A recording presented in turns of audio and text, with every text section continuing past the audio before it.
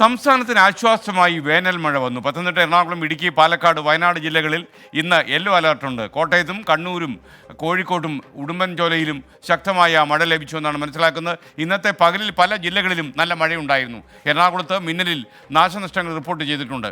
5 ദിവസം മഴ ലഭിക്കുമെന്നാണ് കാലാവസ്ഥാ വകുപ്പിന്റെ പ്രവചനം. സജോ ദേവസ്യ കണ്ണൂരിൽ നിന്ന് മഴയുടെ കൂടുതൽ വിവരങ്ങളുമായി നമുക്കൊപ്പം ചേരുന്നു. സജോ, വിശദാംശങ്ങൾ.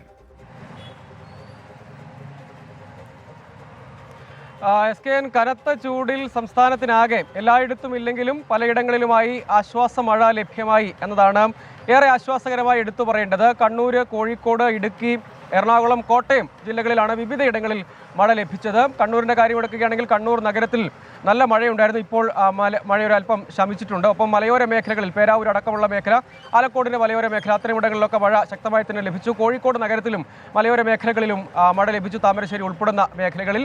എറണാകുളത്തേക്ക് വരികയാണെങ്കിൽ ചെറിയ നാശനഷ്ടം കൂടി മഴയുടെ ഭാഗമായി സംഭവിച്ചിട്ടുണ്ട്.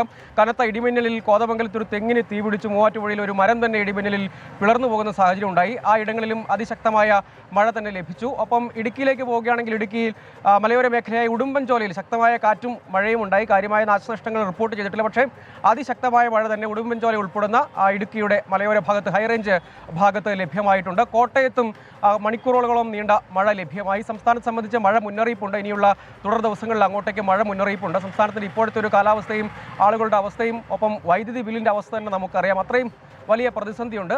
ആ മുന്നറിയിപ്പ് അതേ നിലയ്ക്ക് തന്നെ ആവുകയാണെങ്കിൽ അടുത്ത ദിവസങ്ങളിലൊക്കെ മഴ മുന്നറിയിപ്പുകൾ വിവിധ ജില്ലകളെ സംബന്ധിച്ചിടത്തോളം ഉണ്ട്.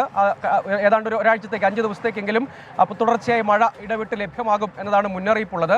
അതും ഒരു ആശ്വാസകരമായ കാര്യമാണ്. ഒപ്പം ഇതോടൊപ്പം തന്നെയുള്ള ചെറിയ നാശനഷ്ടങ്ങളാണ് റിപ്പോർട്ട് ചെയ്തിരിക്കുന്നത്. എറണാകുളം മേഖലയിൽ നിന്നും മറ്റുമാണ്.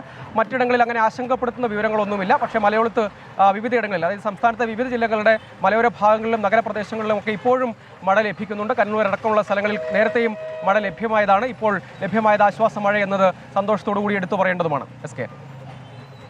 Okay, thank you Sajo Devasya.